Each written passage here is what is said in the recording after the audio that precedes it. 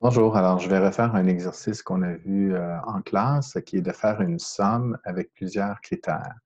Donc, on a une fonction qui s'appelle somme ci ensemble qui va nous permettre de faire cette chose-là.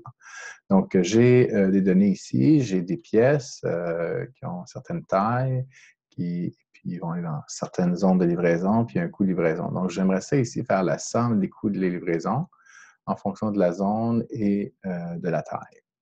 Donc, pour faire ça, je vais dire somme ci ensemble. Je vais aller dans l'assistant. Alors, la plage qui contient les données sur lesquelles on veut faire la somme, c'est la colonne D. Lorsque je vais propager notre formule, donc une autre chose qui est très importante dans cet exercice-là, c'est bon, on apprend à utiliser SOMME-CI ensemble, mais on apprend aussi à jouer avec les différents types d'adressage. Dans ce cas-ci, on voudrait avoir une référence absolue, qu'on peut mettre des signes de dollars devant, mais on a un raccourci qui nous permet de faire ça facilement, c'est d'utiliser la clé F4. Donc, si je fais F4, ça va mettre une référence absolue. Puis si je clique F4 une autre fois, ça va changer la référence en référence, ici c'est référence relative, ici référence absolue.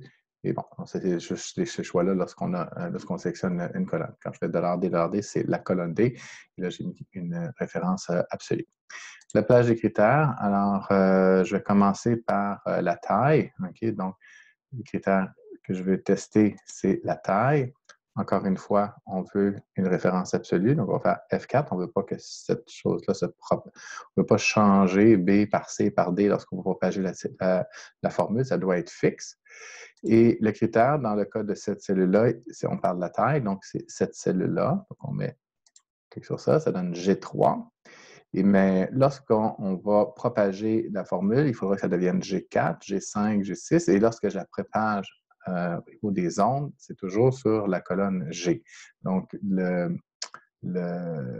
colonne doit rester fixe, mais la ligne, elle, doit être mobile. Donc, on parle d'une référence mixte. Donc là, si on fait F4, et là, parce qu'on a une référence comme ça, ligne-colonne, eh bien, si on fait F4, la première fois, ça donne une référence absolue.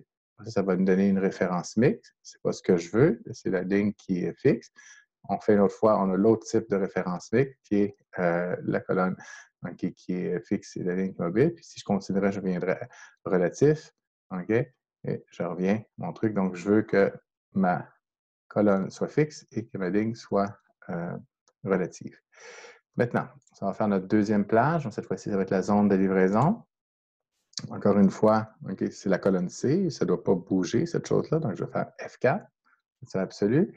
Et le critère, cette fois-ci, on a la cellule qui contient le critère pour, lorsque je suis sur cette cellule-là, on parle de la zone 1.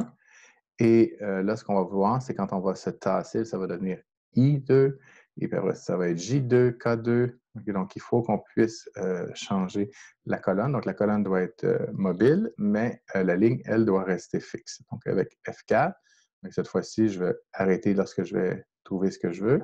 Donc, si je fais ça, c'est référence absolue, référence mix, OK, et c'est exactement celle que je veux. Le H est relatif, donc après ça va donner I, J, K, etc. Et le 2, c'est les critères sont sur la ligne 2, et c'est ça, la ligne 2, il ne faut pas que ça bouge lorsqu'on va propager notre formule.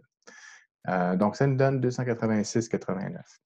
Si vous faites des erreurs ici, c'est fort possible que vous ayez le bon résultat. Mais c'est quand vous allez propager votre formule que vous allez avoir un problème, vous n'aurez pas les bons résultats. Donc, pour la première cellule, ça va fonctionner, mais après ça, okay, les choses vont se dégrader.